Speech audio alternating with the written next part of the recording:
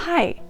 So before we get started with this final reading from the diary of Adeline Barnes, I wanted to let you know that I have something kind of exciting to share with you that I didn't receive until after I had finished filming this reading. Thanks to a dedicated detective among my subscribers, we now have a photograph of Adeline Barnes and of her husband Ed, plus some additional information about her life.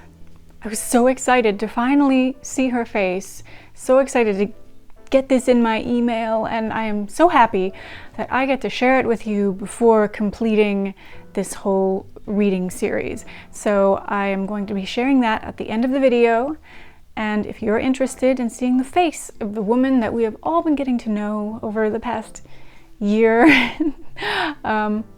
stick around till the end. Hi guys, so this will be the last installment of Adeline's diary. We are going to finish up 1930 and then wonder what happened to her for the rest of her life. She died in the 50s, so she lived a pretty long life. Gosh, it would be amazing to get her other diaries from before this and after this. I would just love to know. I love to know. If you ever run across them, please let me know. Drinking my tea again, my jasmine white tea from Tingle's Tea. I don't have the little container with me today. I left it downstairs and forgot. It's still a little hot right now. But, you know, as much as I want to do things the old-fashioned way, and I don't want, you know, a crazy technological electric mug or anything, it would be kind of nice to have a mug, a teacup that kept my tea and coffee hot for longer, because I'm very slow at drinking my tea and coffee and it gets cold. Okay, so we left off October 1st, so we will continue on there. And I'll get the rest of these things out of here. I kind of steam it first to get them off because they stick way too much. Ahem. October 1st, 1930. I woke this morning feeling like a 16-year-old girl and trusting stronger than ever in God's love and mercy. Johnny was late and I got my breakfast and washed dishes, scrubbed the aluminum cooking vessels which consumed most of the morning, potted 2 rose bushes, watered my rose slips, washed my hair, ate a piece of watermelon for lunch, took my usual nap, sprinkled the flower garden. Mrs. Mackenzie called. After she left, I ate a bowl of soup, and as it had turned so cold and I had no fire, I got in bed and read the daily paper and then went to sleep.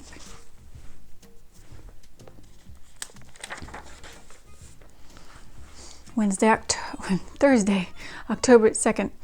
I exhausted all my energy yesterday and awoke with a languid feeling.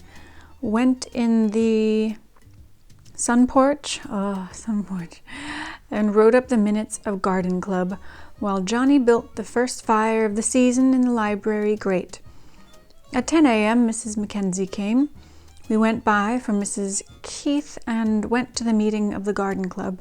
Ed came in at noon with a terrible cold and insisted that a sunbath on Lake Tandy would do him good, so we hied forth, I think, at 12:30, and on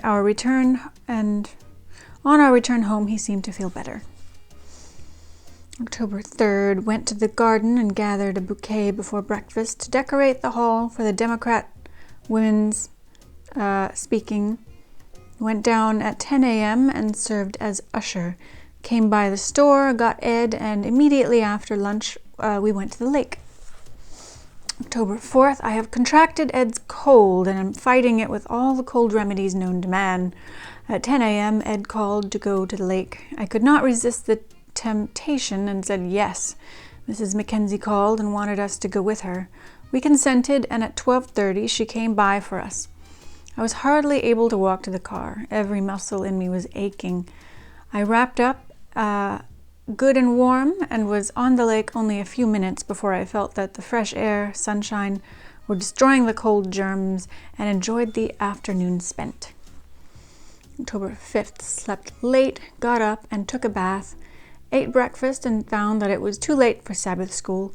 Ed and I realized that it would be criminal to go to church and spread our cold germs, so we stayed at home.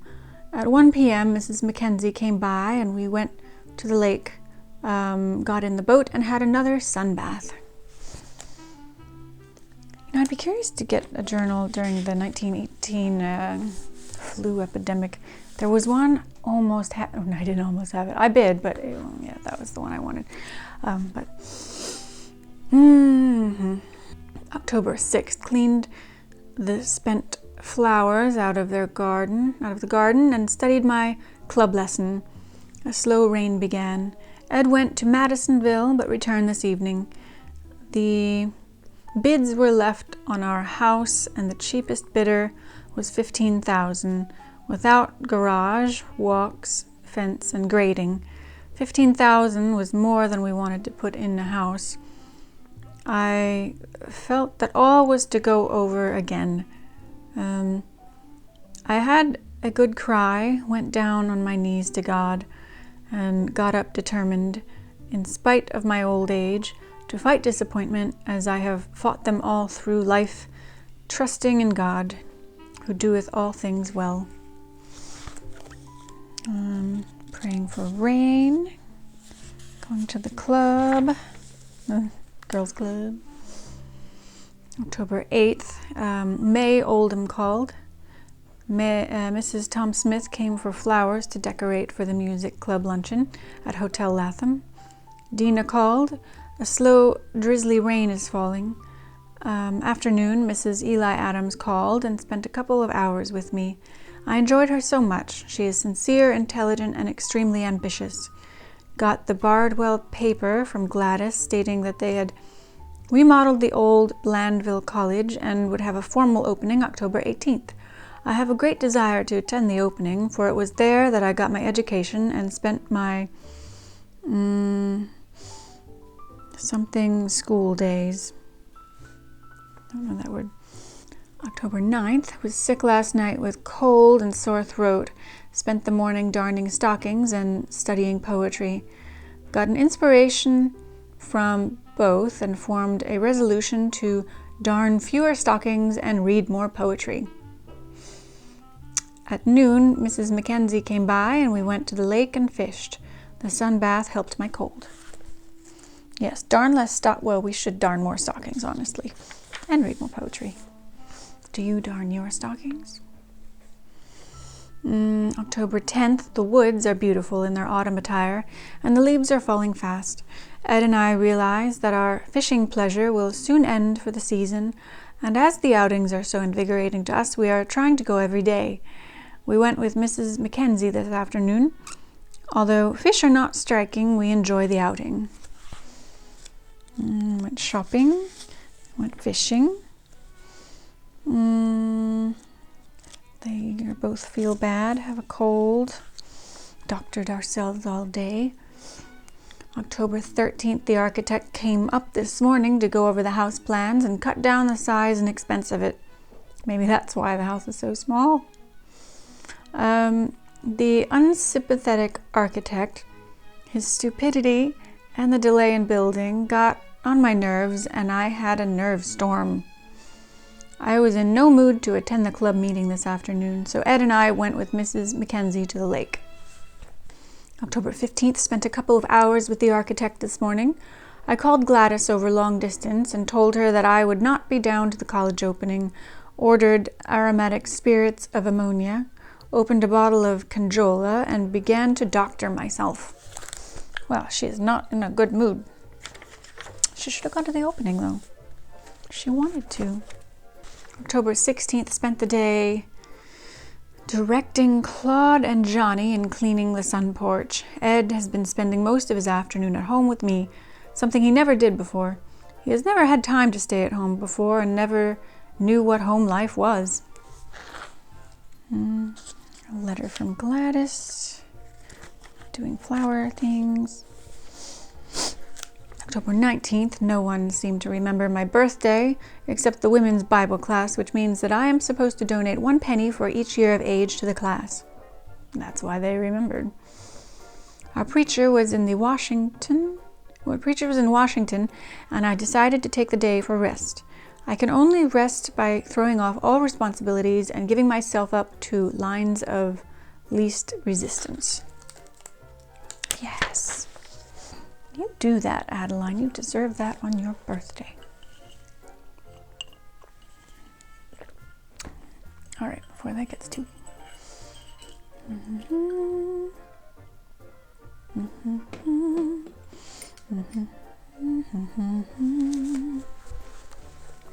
October 20th. Went to town, ordered a rose brown Elizabeth crepe dress. Cost $55. Somebody do the math. See what that is. See what that is today with the inflation. Went to Dr. Easel to have my ears examined. Was there 15 minutes and paid him $2 for his service. The most regrettable feature of the day is that I did not feel inclined to go to the district convention of the Women's Club, which is meeting here, and turned down a $1 plate luncheon to stay at home and eat cabbage. Home is so interesting to me that I fear that I am becoming a recluse. Ed left at 10 a.m. and the day has been incomplete. Studied your club lesson. October 22nd, Dina called me up, wanted me to come over and chat with her while she ironed. I always feel exalted when in her company. She definitely appreciates her friends. House cleaning. October 24th, I put out the first planting on my lot today. Delphiniums, foxgloves, lantern plants, etc., etc. October 25th, Mrs. Bailey Russell, who is touring the state in the interest of the Republican Party, called me and told me that while at Wycliffe, she stopped with Jess Hughes' family, and she wanted to tell me of the many lovely things they said about me. Mrs. Fred Jackson called and wanted Ed and I to take dinner at Hotel Latham.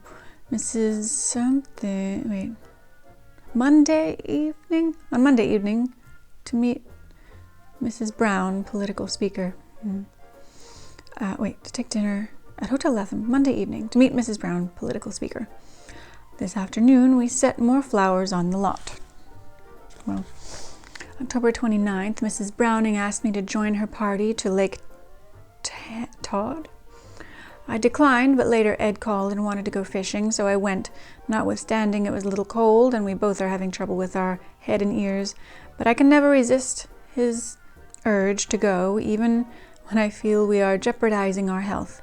But we had such fine sport fishing in the boathouse, where the fish were hiding themselves under the boats in water only 6 inches deep. We caught 17 on hooks and dipped up 10 with our dip net. Sent a beautiful basket of flowers to the church. My garden is beautiful since the rain. October 30th, I had a cold frame built to put some of my rare plants in. Had our first snow last night. Every bloom and bud was tipped with snow, and Ed and I had great joy watching the colors come out as the sun melted the snow. October 31st. Read some, rewrote a poem that I am preparing for the club, set some plants and cuttings in pots, and put them in the cold frame. Sent Mrs. Meacham some seedlings. Everybody is astir tonight. It is Halloween, and the Kiwanians are giving a big whoopee party at the Alhambra, as well as many something entertainments, yet it seems that Ed and I prefer to stay here by ourselves. Why? Read, play solitaire, I think, and take our ease. This disposition makes me feel that we are growing old, no desire on our part to mix with the gay throng. Oh. That's the end of October already. Friday, November 1st, went to town this afternoon shopping. Got 2 sweaters, a shirt, and suit of clothes for Johnny. Had our first killing frost last night. November 2nd, went to Sabbath school and preaching. Met Mr. and Mrs. something of Australia. The Mackenzies called in the afternoon. November 3rd, went to the Women's Missionary Society. On my return, I found Ed at home with the contractor's bids. Long and Hubery had gotten the contract and promised to have the house done in 12 weeks. I guess that didn't happen. Oh, wait, 12 weeks, that would be like 3 months. Gosh, yeah. I think it was built no, I feel like what I saw online, it was built a little later, and I was kind of curious why. Like a year, I don't know. I can look this up again. Gosh, I hope I didn't lose that link. It's so strange. A letter from Summers Wilkinson informing me of the birth of a son named for George Allen Snook for his grandfather. Monday, November 4th. Something constrained me to go over to my lot to see how my young plants were coming on, and as I got out on the front walk, I looked towards the lot, and there I saw a pile of lumber and men at work. I stopped in my tracks and offered a silent prayer to God. My life's dream for a home of my own was beginning to be realized. Ed and I took a carload of our neighbors to the polls to vote this morning. This afternoon, I went to the H&L Club and read my original poem. November 5th, I went to town with Ed this morning to select the color of brick for the house. We agreed on the light autumn shades in a new style, rough brick. I'm so excited over it all, I must try to compose myself and make a pleasure of it instead of an anxiety. At 7:30 p.m., Dina and I went to the Christian church to hear Miss Levy deliver her lecture on the pilgrimage to Jerusalem. It was beautiful and impressive. Now, November 6th, took Madame Hancock, Stone, and Goff to the garden club. We had a most interesting meeting this afternoon. Dina and I called to see Elsie Keith, who is recovering from an appendix operation, and thence to see Grace Shanklin, whose baby has pneumonia.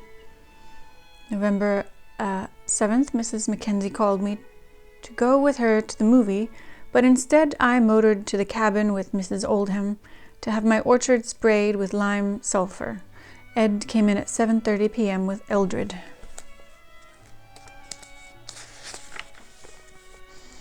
November 8th, put out rose cuttings in pots and sunk them in the ground and put jars over them. Went to town and got my rose brown dress. Sounds nice. Did not attend church. Rained all night and all day. November 11th, and then we'll stop for a moment. The History and Literary Club met with me this afternoon. It was raining and only 7 members were present. Had a most interesting program. The Oldhams called me over to play bridge this evening. I did not attend the Armistice Parade and service. All right. We must stop for a moment and refresh the battery. And we're back. So on November 13th, Mrs. Keith took me to the movie to see The Divorce.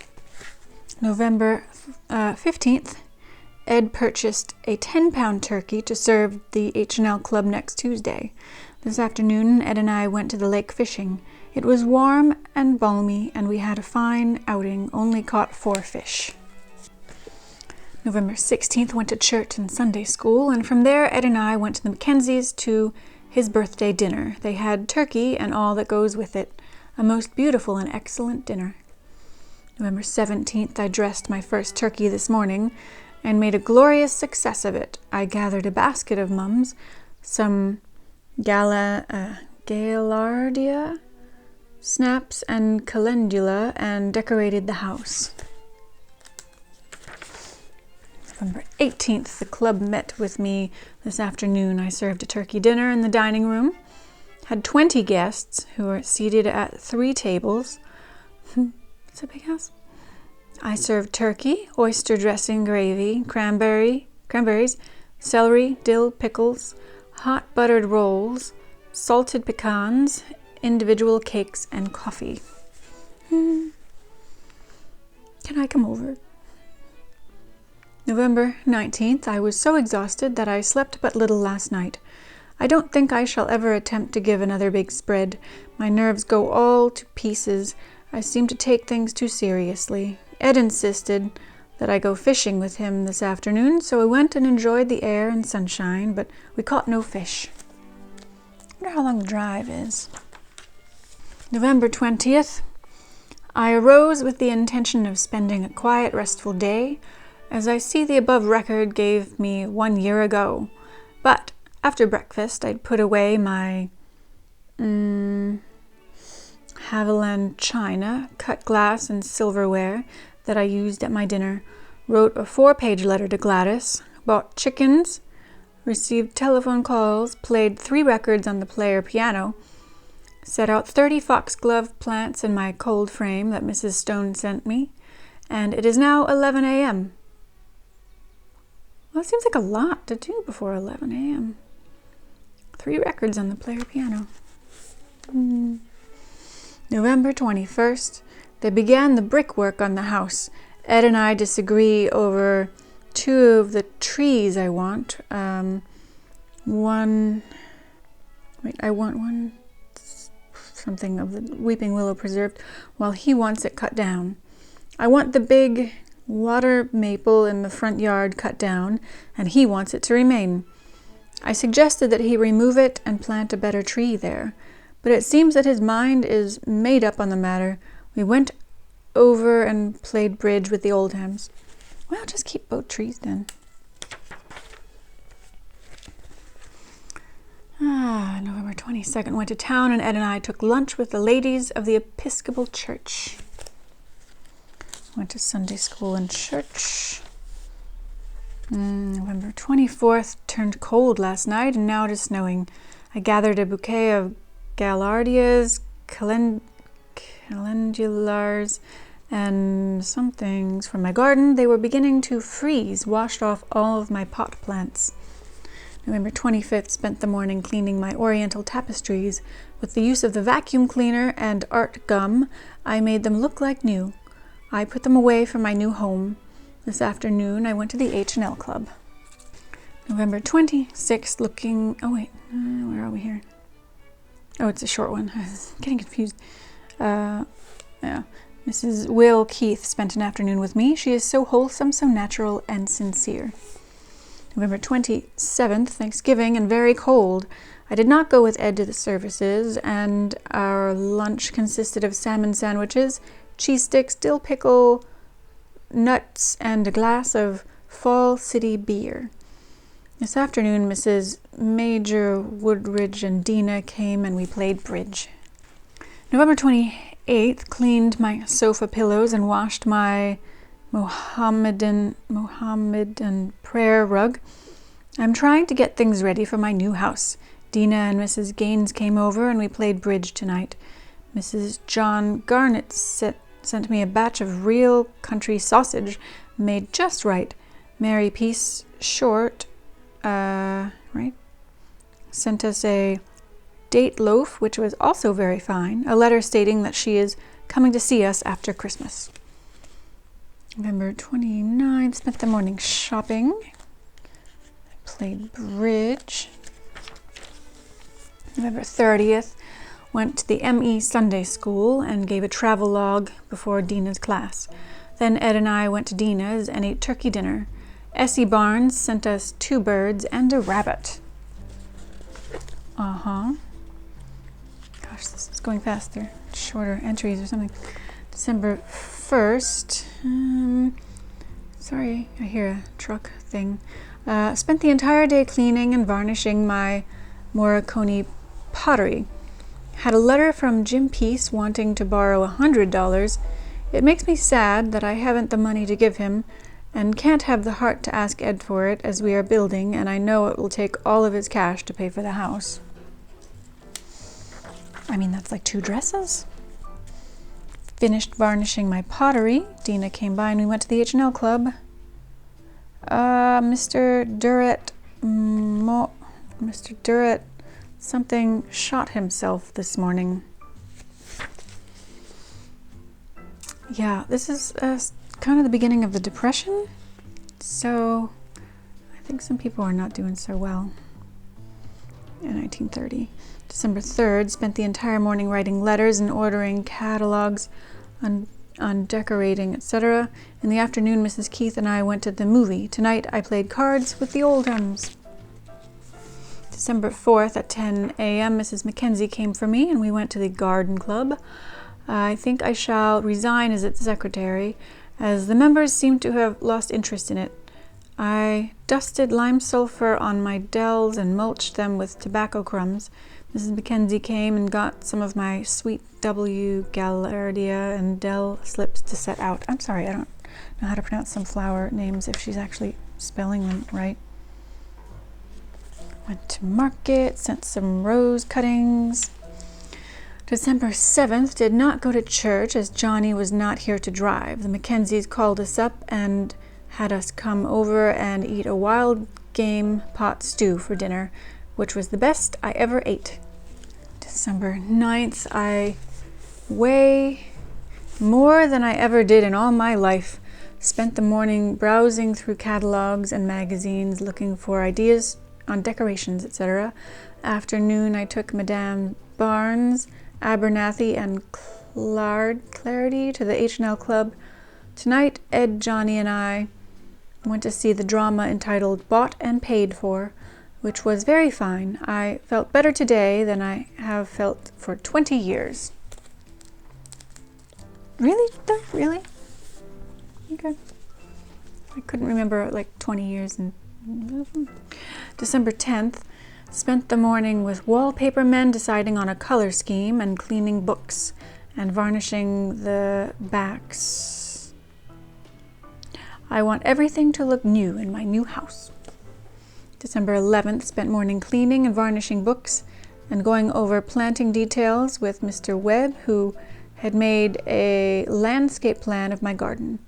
The afternoon was so warm and balmy that Ed and I dropped our grave concerns of building and planting and went fishing and caught 5 fish.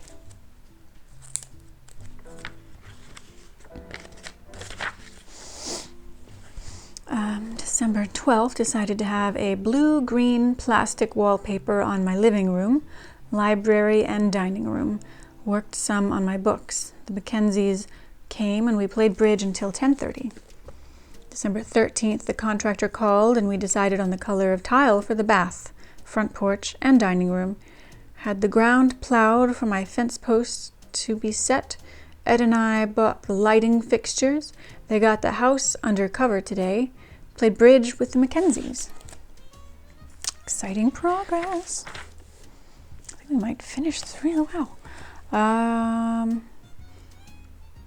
December 14th, raining and I did not go to church, and somehow the day was not restful or satisfactory. The rest we need is not mere inactivity, but renewal and refreshment of the soul. Worship on the Lord's Day re-energizes our powers, inspires us, and relaxes our nervous tension. December 15th, worked on my books all morning while Johnny cleaned the varnish off of a table with paint remover. It seems that I accomplish so little, yet I am always busy. We got a delicious fruit cake from Mary. Ed went to the store and I played bridge with the Oldhams. Oh yes, I get that. It seems I accomplish so little, and yet I am always so busy. Does anyone else feel that? Does anyone not feel that? I'd like to know who does not feel that. December 16th, had 2 large rugs, several throw rugs taken out, and the dust beaten out of them. Was too tired to go to the club. I feel my energy flagging. The worry and work of building is wearing me down. December 17th, I cannot record the many little details of my endeavor towards having every little thing in ship shape when I get ready to move to my new home. As a matter of course, I am absorbed in the decorations and preparations. I received a box of Mexican candy from Mr. Joe Howard. December 18th, for the first time in 40 years, I am not sending out any Christmas packages. I spent the entire day writing letters to friends, cousins, aunts, nieces, great-nieces, nephews, and great-nephews, telling them not to look for anything in the mail and not to look for anything in the way of gifts from me this Christmas. To the old and young, I sent money. I simply could not find time to select gifts. The Mackenzies sent us a couple of wild ducks and came down this evening and played cards with me. December 19th, Mary to me is so appealing that I could not resist sending her a beautiful something pillow and a half-dozen linen towels. Had a beautiful hand-painted and embroidered apron from Mary Sue Gilbert. I shall have to send her something. Dina and Mrs. Woodward called. The Mackenzies came for us at 7 p.m. and motored us into town to see the many beautiful Christmas illuminations that the private homes are putting in. Then we played bridge until 9:30. Saturday, December 20th, Dina purchased the exquisite 15-piece dining room furniture of the Northerns. It was something I wanted very much, but my new dining room could not accommodate it. A letter from Lily Dance stating that Tom Dilworth was dead and that Willie Dance had cancer. A card from Alan and somebody, one from Carrie Worthington, one from Anna Barnes, and one from Mr. and Mrs. J.W. Knoll. Mr. and Mrs. Ben Kling sent us a handsome electric percolator. Attended Sunday school and church. December 22nd, I stopped in the midst of a busy morning to answer a letter from Mrs. C.E. Jones of Gracie, who used to visit me while I lived in the Penny Royale. Then I was lonesome for company and friends, as I was a stranger here, and now that I have friends and many interests, I shall not forget her. I washed my silk underwear and stockings and cooked a duck and had one of Ed's favorite meals for him. December 23rd. Today I feel like a star that has swung from its mounting. It being the first time since I can remember that I was not busy sending out Christmas packages and preparing for Christmas. This morning I could find nothing to do but darn stockings and do some mending. Had a fancy basket of country sausage from Gladys and an evening handkerchief from Miss Mary King, Christmas cards from the Shanklins, Lynches, Samuels, Caspers, Woods, Wilkinsons, Coffinders, Burtons of Warrington, North Carolina, Richies of Los Angeles, Herbert McCord and Peters of Pocatello, Idaho. I am not well, but do not feel the exhaustion that comes from shopping and packing gifts for Christmas. I know there is no sentiment in receiving money for Christmas, but I have sent out more than the gifts would have cost, and pray it may bring joy to them all.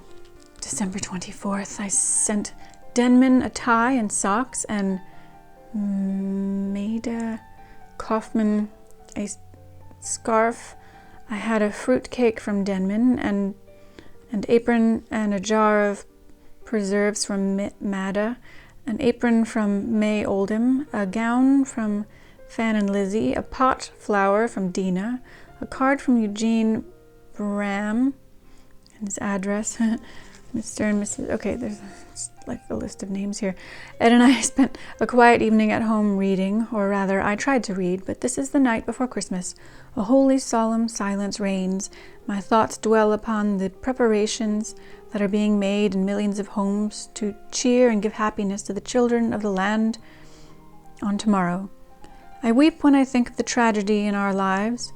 No stockings to fill, no Christmas tree to decorate. I have tried to compensate by sending out gifts to gladden the hearts of others, but nothing can appease the longing in my heart for children of my own. Yeah, it's sad. She wanted them. December 25th, Ed and I took breakfast with Mackenzies and played bridge until 5 p.m. and then had lunch of hamburgers and Falls City beer. December 26th rained all night, and this morning it is snowing. The Mackenzies came over and took breakfast with us, and we played bridge until 10 a.m. We received a box of nuts from Minnie Taylor. I shall be glad when Christmas is over and I can settle down to my old routine, which consists in doing what I want to do. And I make a great variety of this routine, but it is a variety I like. December 27th went over to Dina's to see Will Woodward and his wife Marie and Gussie Mitchell, all old friends of mine. This evening Ed and I played bridge with the Oldhams. December 28th. I was asked to give 2 talks before the women's Bible class, but it was snowing and I was taking a cold and did not attend church. At 1 o'clock, the Mackenzies came for me and we had a sumptuous turkey dinner. Anne O'Connor and her sweetheart, Mr. something, was there. They were both charming. Tonight I had the doctor with me. December 29th, stayed in bed until 5 p.m. and doctored my cold. And then this little thing fell out. The night, I think it fell out from there. Or the next one. Oh, the next one. Well, I'll read that now. No, I'll read that at the very end. December 30th, the only sure cure for a cold is to stay in bed a couple of days. This morning I was feeling so well and my cold seemed gone. So I got up, went with Ed to the building to decide on the placing of the bath fixtures. Then they brought up the hardware for me to select. Company was coming in all afternoon, and tonight my cold has returned. And the last entry, December 31st, 1930. Got up with a sore throat. The furniture repairman came, and I went all over the house with him and felt exhausted. Spent the entire day writing letters and doctoring my cold. And that is the end of her diary. And then there's this little article, the night has 1,000 eyes. No, wait, the night has 1,000 eyes. The night has 1,000 eyes and the day but one, yet the light of the bright world dies with the dying sun. The mind has 1,000 eyes and the heart but one. The light of a whole life dies when love is done. Francis W. Bourdillon, 1855 to 1921. So that is it for Adeline's diary. I have to decide which one to read next. I have several to choose from. I think I know which one I'm going to go with next, but you'll just have to wait and see. Maybe I'll take a poll, or maybe I won't. You'll just be surprised. But that's that.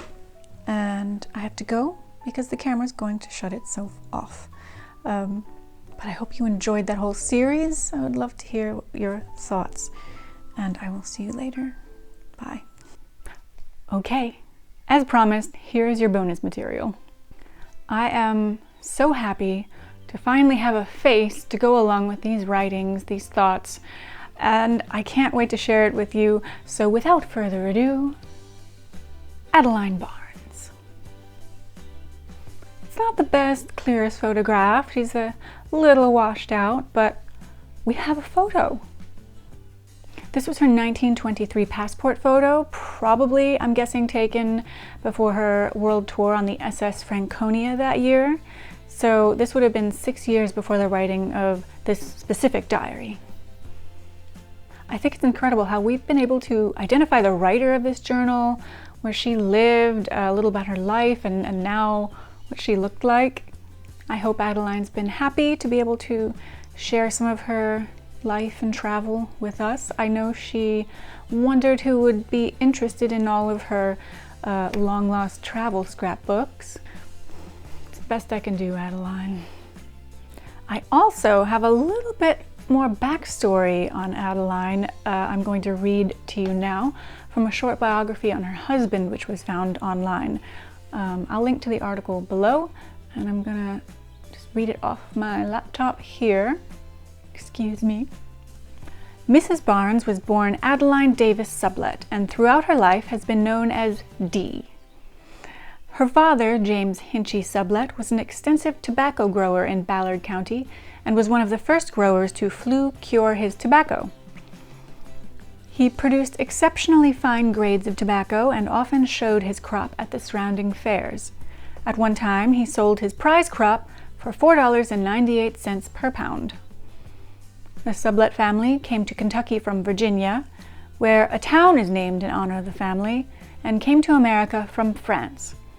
Mrs. Barnes' mother was Margaret Coy Kendall of Butler County, Kentucky.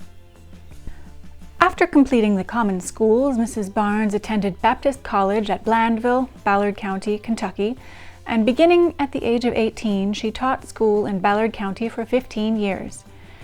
In 1902, she was elected superintendent of the schools of Ballard County and served for 4 years. Following this tenure of office, she taught school in Elkton and was principal of the school at Nortonville. She was once a candidate for the office of state librarian, which I believe she mentioned in her diaries.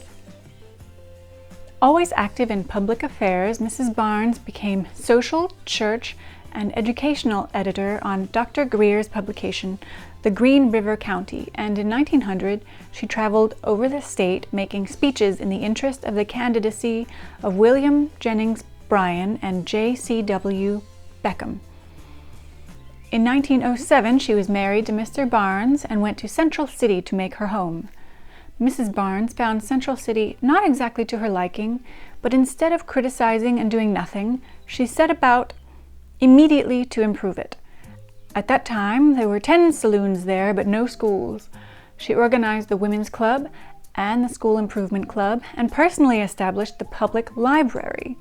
She led in the local option fight, which was successful in closing the saloons in Central City, and through her efforts, 2 churches were built. After Mr. and Mrs. Barnes moved to Hopkinsville in 1921, Mrs. Barnes assisted in the organization of the first Women's Club, and in 1922 she was a delegate at large to the Conference of Women's Clubs at Chautauqua, New York. In 1923 to 24, Mrs. Barnes made a tour around the world with the American Express Company. She brought back a royal costume from every country she visited, as well as rare antique souvenirs and tapestry. Her hobby is gardening, and in 1933, her garden took second place in the contest sponsored by the Louisville Courier-Journal, covering southern Indiana and Kentucky. I think it's so fun to read that after reading her diary.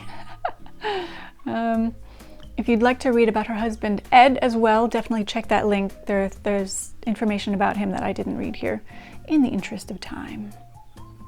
Now, would you like to see a picture of the house where this diary was given life by Adeline, where she lived in 1930? I'm going to take that as a yes. It was right here at this house at 2012 South Main Street in Hopkinsville, Kentucky. Now, we couldn't find any pictures of the interior of the house. I assume it has not been up for sale for a very long time. Maybe in the future. Who knows? However, there are interior photos of the house that she and Ed built at 1933 South Main Street. I've shown you the exterior before, but now let's take a tour inside.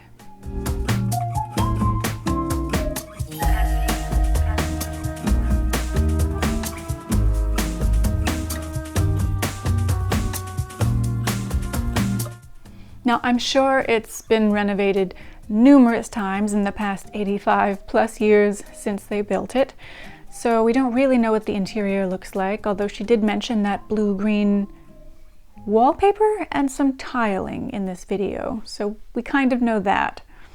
But this is the house that Adeline so lovingly designed to show off her individuality, as she put it. So a little bit about this house from an article, I believe, from 2011 in the Kentucky New Era. By 1333, another new style had emerged, of which Hopkinsville proudly sports 2 excellent examples. One is the E.P. Barnes House on South Main Street, the other the Bassett Clark home on Alumni Avenue. The latter was designed by Hopkins architect John T. Waller. The mission style caught the eye of E.P. Barnes, owner of the most prominent department store in town, E.P. Barnes and Brothers. Is it Brothers or Brother? I don't know. Symmetrical in design, a prominent feature of this style, it has a wide entrance hall running the full depth of the building, which can function as a living space. All of the other rooms open off this central area. After having been unoccupied for a time, this important example of the mission style in American architecture has been matched with its intended owner and taken on new life.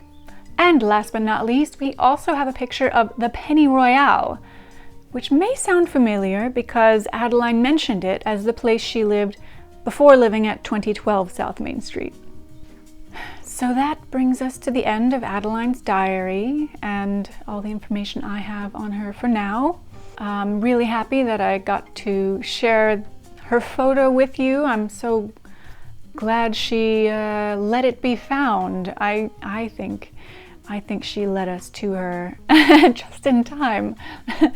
I still hope someday maybe I'll find some of her other diaries or her travel scrapbook. I have a special affection for her for some reason.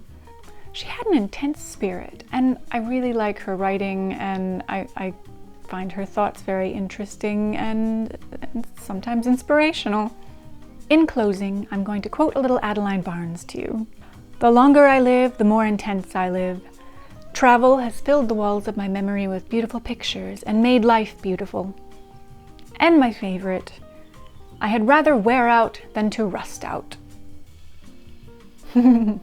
Before I go, I want to let you know that I'm going to be starting a Patreon account for future diary readings. I love collecting and reading and sharing these diaries. I feel like I am just sharing history with you, like these little stories from just regular everyday people. I think it's important. I hope you do too. However, I know some people are not interested in that, and I don't want to overrun my YouTube channel with these readings. I have other videos to make, and I don't want to confuse the algorithm or confuse subscribers. And I also wanted perhaps a way to fund the purchase of more diaries, because this is an addiction now. It's not a cheap hobby, it's not a cheap collection, but I feel like I can't stop. So Patreon seemed like maybe the best option here. I'm going to try it and see how this works. My plan is to post one video reading the beginning of each new diary here on YouTube, and then direct you over to Patreon if you'd like to hear the rest of it. So over there, I'll be collecting donations that will go towards the collection. So let me know what you think about that idea. Just write it in the comments below or reach out to me somehow. If you have a better idea, I would love to know. I hope people are interested in hearing the other diaries I have. I try to buy interesting ones. I might even be buying a French one and a Dutch one soon, so we'll see. But yeah, let me know your thoughts in the comments below, and I'll see you next week with something new.